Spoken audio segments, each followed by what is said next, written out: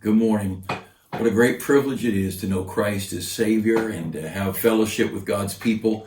You know, if we were sitting today in a underground church somewhere, hiding our Bibles in the planks under an old wooden floor and hoping we weren't going to get caught singing a hymn, it would be a great life. Jesus said, "Rejoice that your names are written in heaven." The disciples came back excited because demons were being cast out and the sick were being healed. And he said, that's not it. The big thing is that you're going to heaven. And the big thing is that God has forgiven your sin and put your name in the book of life. And you know what? Doesn't matter where we live, what the circumstances are. We have a great God, a wonderful God. And let's keep our focus on him.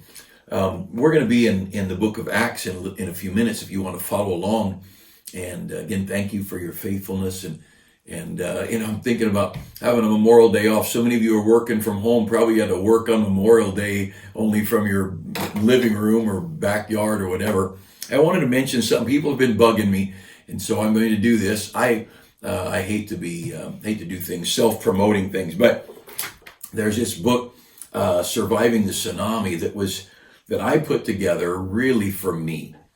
And people have asked that had read some of it. They said, could we put this into a book form or whatever? So, Surviving the Tsunami, Principles for Persevering.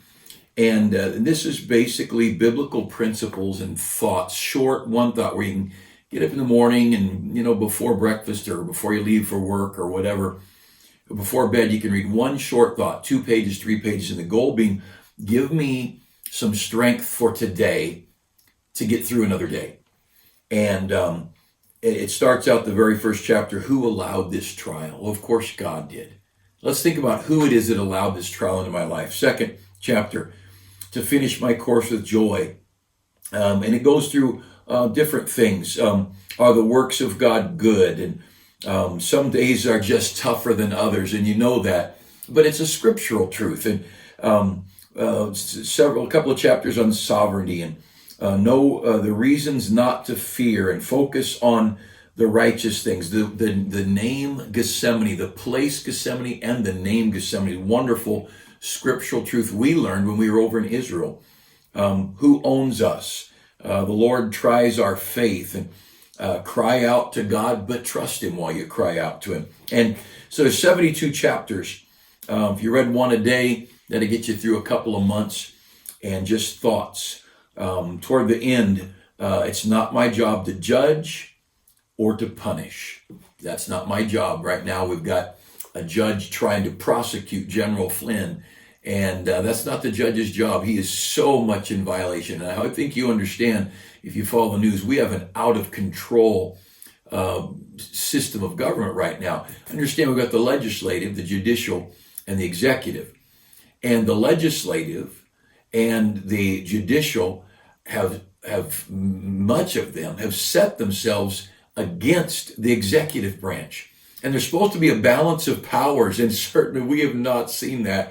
But I'm so glad we've got the Lord. And I'll tell you, I pray for our president, his wife. I pray for our vice president, his wife. I pray for the president's family. And I pray for our governor in Sacramento. We are at polar opposites philosophically in our values. But he's the one making decisions for the state I live in, for our church, for the place most of my friends live.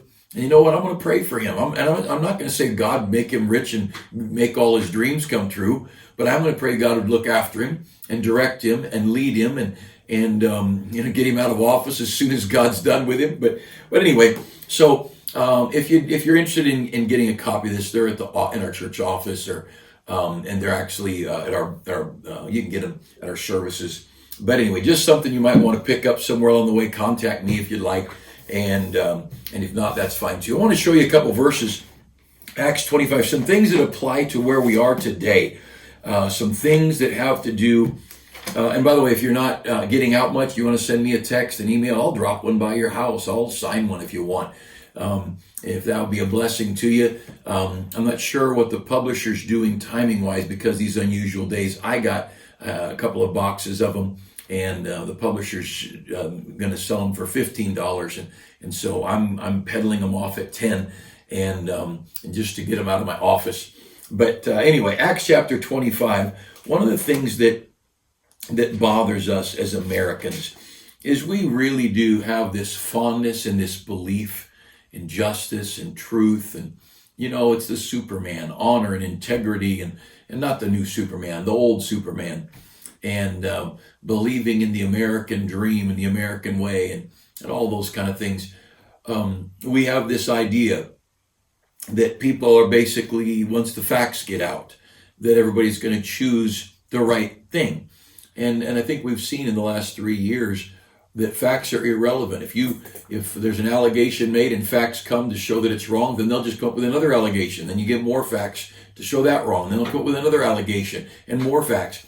And I think much of what our president's opponents have done is just bring enough stuff to overwhelm he and his team so that they're not capable of doing all they could do now. And haven't they done an enormous amount? Our economy was never better, job market better, minority and all. I mean, it's just been a wonderful thing. Freedom. We have got a push right now in Washington, D.C., where there is they've been withdrawing funding from Planned Parenthood, and there's a great push of the light at the end of the tunnel of seeing abortion made illegal in our country. There's a lot of people going that direction in Washington. Don't you doubt that there's a crowd of people panicked and vicious and hateful, and they'll do anything to stop people turning our country back to right, to God. The First Amendment, the Second Amendment, the idea of abortion being a tragedy, an injustice beyond measure. So let's don't get thinking that once all the facts get out, everybody will choose the right thing to do. They don't. I want to bring you into a story in Acts chapter 25. Now, at the end of the book of Acts, Paul the Apostle has been arrested, and he's in a jail in Jerusalem, and he's moved down to a town south along the coast where it's basically a Gentile area. It's a Roman city, and he's there, and he's in jail for a couple of years, and then he's moved up to, he's put on a ship to Rome, and there for a few years, and a lot of people believe he died in prison. The book of Acts ends with him in his own hired house, but he was still in home lockdown of some kind. But we're in the middle of this, and he has presented his case before a couple of political leaders. I want you to look down at verse 24, chapter 25, and Acts chapter 25, and verse 23 and down. And on the morrow, when Agrippa was come, and Bernice with great pomp, and was entered into the place of the hearing with the chief captains and the principal men of the city, at Festus' command, Paul was brought forth. Now we've got King in verse 25, we've got Festus and King Agrippa. So two rulers, a local ruler and a regional ruler, okay? And all the men that are there, and so that's who's gathered together. Verse 25. But when I found that he had committed nothing worthy, you're talking about, he's explaining the charges. Festus is explaining the charges against Paul to King Agrippa. And when I found that he had committed nothing worthy of death, and that he himself hath appealed to Augustus, I determined to send him, of whom I have no certain thing to write unto my Lord. Wherefore I have brought him forth before you, and especially before thee, O King Agrippa, that after examination I might have somewhat to write. And so he admitted right up front, he's really not done anything. He's not violated any laws worthy of the charges laid against him. And so going on a couple verses more, I lost my page here, Acts chapter 25, go to chapter 26 and down to verse 31. Acts chapter 26 and verse 31. So Paul had presented his case, and others had presented his case, and still these two men are there, Festus and Agrippa. And look at verse 31. And when they were gone aside, they talked between themselves, saying, This man doeth nothing worthy of death or of bonds. Then said Agrippa to Festus, This man might have been set at liberty if he had not appealed unto Caesar. So in the story we're looking at there in Acts 25 and 26, it was established by the rulers that Paul had done nothing worthy of bonds or of death. He literally was falsely accused, falsely arrested, and they just had nothing on him. And yet he remained in jail, and we don't know exactly what was how it was said or what it was said, but it almost says it with tongue in cheek, ha ha ha. We could let him go, but since he appealed to Caesar in Rome, we're going to send him to Rome. We'll show him. It's almost the sense, and I wouldn't argue with anybody if they had another opinion on that. But the one thing we do know is these two men they decided, these two political leaders decided he had done nothing worthy of bonds or death, and they still kept him in jail, and they shipped him off, and he remained in jail. Now, that simple thought, look back if you would to Matthew 27, that simple thought is there just to say, just because the facts say one thing, don't always expect the law or the people supporting the law to do the right thing. Now, I know we founded America with this idea that liberty and justice for all, but we've seen too much of that. We know that's not the case. We've not seen too much of liberty and justice for all. We've seen too much lately in the last few years. It's just not the case. It is just not. There's so many times that wrong has been allowed to go on unchecked, and people who've done right were look back at the story of Oliver North, and many of you too young to remember him, but the things Oliver North went through, and we're just the thought scripturally we need to accept the fact that being right doesn't always end up with the right end that we would say is right. But God is in charge of the end, and God knows what's going on. See, it was during Paul's time in prison that he wrote so much of our New Testament. It was during Paul's time in prison that other Christians were emboldened to preach. And man, we've got no idea what God's doing. And so, although we want to be right, and yes, we would like the facts of right to be out there out in the open, we've got to step back and say there's a God in heaven, and he knows, and I can trust him. And scripturally we see, just because you're right doesn't mean everybody treats you like you're right. And so you look over there to Matthew chapter 27, and the laws of our land are fickle. People don't always back the law.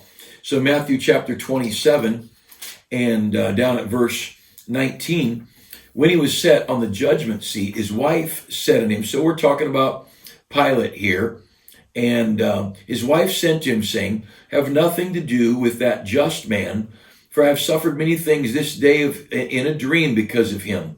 But the chief priests and elders persuaded the multitude that they should ask for Barabbas and destroy Jesus. Now, the governor, look down at verse 23. The governor said, why? What evil hath he done? And they cried out, they screamed, they flooded social media with their thumbs down and their critical comments. Political leaders are far more concerned about their position and their public ambiance, the public image. They're way more concerned about image than they are right. And the devil knows that, and the devil's crowd knows that, and that's why you ought to pray for people like the president and others in our world that are trying to do right. And we've got one of our assemblywoman, Melissa Melendez, and now going into the state senate, and she's wading into the deep sewer. You ought to pray for her, because she stood for pro-life, she stood for pro-gun, she stood pro-church, and she stood with us when we wanted to just try and get public church services in the parking lot. And I think maybe she could change, but I think she's trying to defend freedom. And but understand this: most politicians are more concerned about re-election or pleasing their money constituents. They're not worried about me. They're worried about those who could donate money, most politicians. And we've got to accept that's it. Governments are evil. And here Jesus himself, remember when they went to behead John the Baptist, and I won't turn to the passage, but John the Baptist had been arrested because he made the guy in charge so angry with his preaching. But he didn't have anything really against John, and he didn't want to kill John. Well, Salome comes in and does her little belly dance or whatever, and he says, I'll give you up to half the kingdom, ask what you want. She asked for the head of John the Baptist on a charger, a platter. And what a sad thing that this man, I mean, and it says in the text there, for his oath, and the people that were there, the people that were watching him, he made his decision on the basis of what they would think, not on the basis of right and wrong. And I'll say this, you and I ought to decide we're making our decisions on the basis of right and wrong. And then, if people like it, fine. If they don't, fine. The old idea of like it or lump it, you hardly hear that from anybody in leadership anymore. John chapter 11, look over there, Matthew, Mark, Luke, John chapter 11. And I want to look with me down at verse 47. John chapter 11, verse 47. Then gathered the chief priests and the Pharisees a council and said, what do we? For this man doeth many miracles. Now they knew Jesus was doing miracles. There's no question. This man doeth many miracles. And look what they said. If we let him alone, all men will believe on him, and the Romans will come and take away both our place and our nation. Right was not even a part of the discussion here. Jesus was doing miracles, and people were following Jesus, and their goal was to keep the people in subjection. They wanted to keep the people locked in, at home, sheltered, face masks on, afraid to smile at their neighbor. They were, and I'm not joking too much about that, these wicked rulers wanted to keep everybody under their thumb and keep control of things. And here Jesus was, and people were following after Jesus because he's the miracle worker. And they said, look, if everybody gets following him, we might lose our jobs. We might lose our title as city council or mayor or governor or whatever it might be. And they were worried more about their position and what people thought of them than they were worried about what was right and wrong. And there's so many verses like this. Look over to one more page to John chapter 12. John chapter 12. And it's a similar group of people who were trying to destroy the Savior. And in John chapter 12 and verse 19, the Pharisees therefore said among themselves, perceive ye how ye prevail nothing. Behold, the world is gone after him. And they were so frustrated.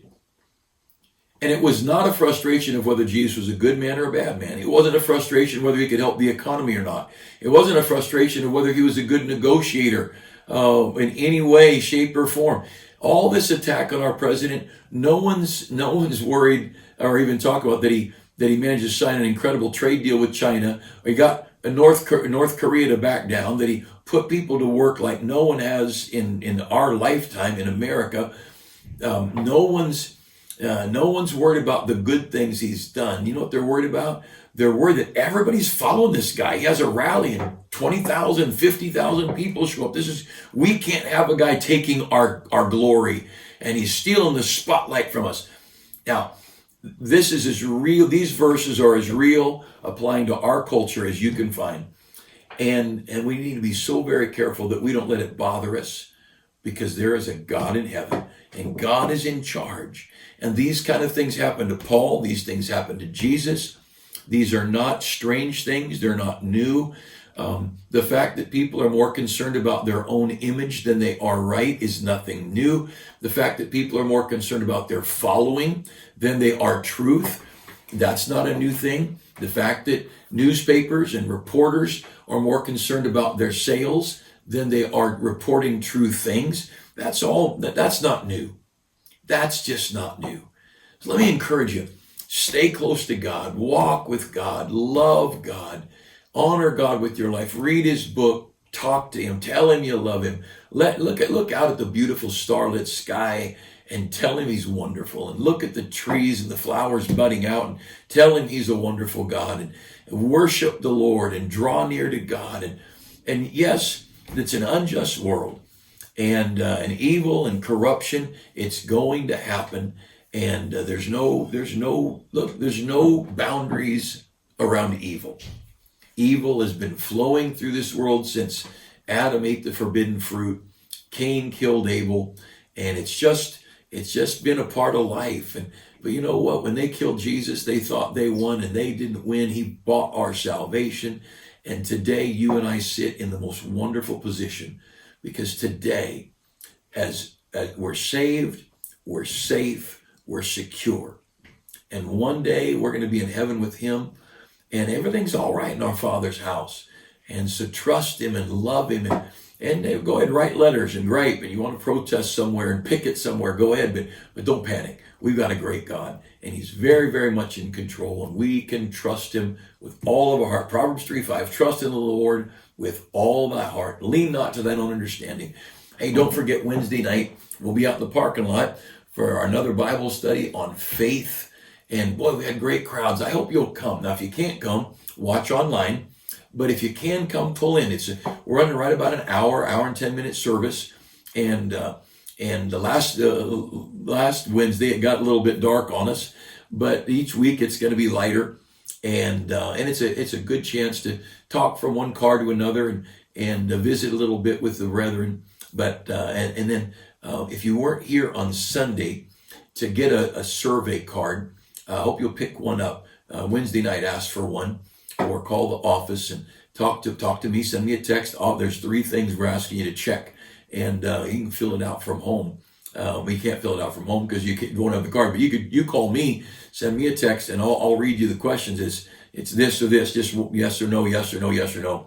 And I want to know what's going on in the hearts of our church members about what our future is, what we want to do, about meeting in church, about ministry things. So anyway, thank you for your faithfulness. Thank you. Oh man, what a wonderful thing.